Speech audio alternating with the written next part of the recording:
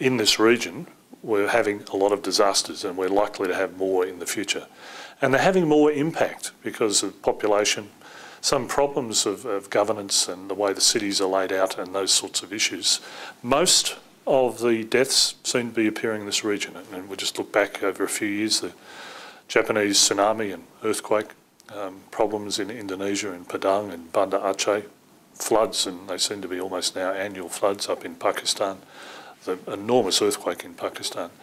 And so what I've identified is that countries engage in supporting each other, and that's actually a good thing for political relationships, for diplomatic and military relationships.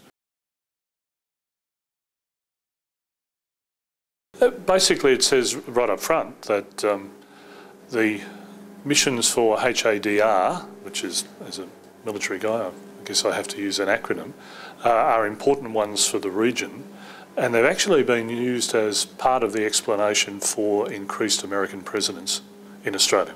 So when Marines arrived in Australia in April this year as part of a larger engagement with the United States, the rebalance or the pivot, one of the reasons given for the fact that they were here was to say, well, they can participate in humanitarian and disaster relief missions.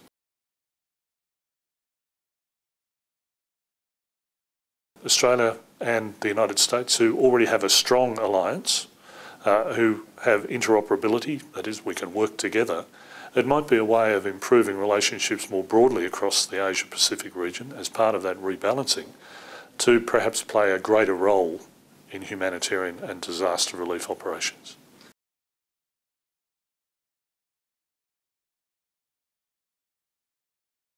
The military bring certain advantages to all these things. One is that they've got forces who are ready, able to deploy, can operate in austere and quite potentially dangerous and difficult environments, so they can get out there and help people. We've seen with Japan that that has resulted in an improvement in relationships between Australia and Japan.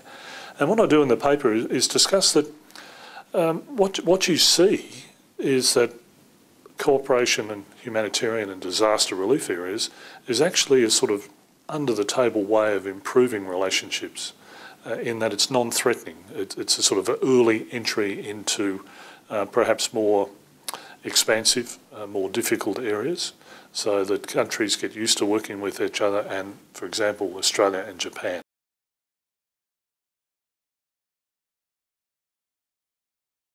There is some tension between Australia's security partnership and our economic partnership.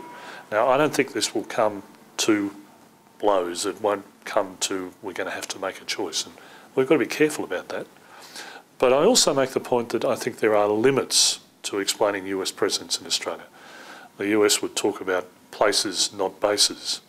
I'm concerned that in the most extreme, I don't think we'll get there, that Australia may have to make a choice, and in that case we have to be able to make a sovereign choice, one that is in our interests, and be careful about that relationship, not so much for our sake, but for the way other countries see it. So I think there's just take this slowly, take it carefully, and look at it. I don't think it diminishes the relationship in any way. In fact, it can probably strengthen it.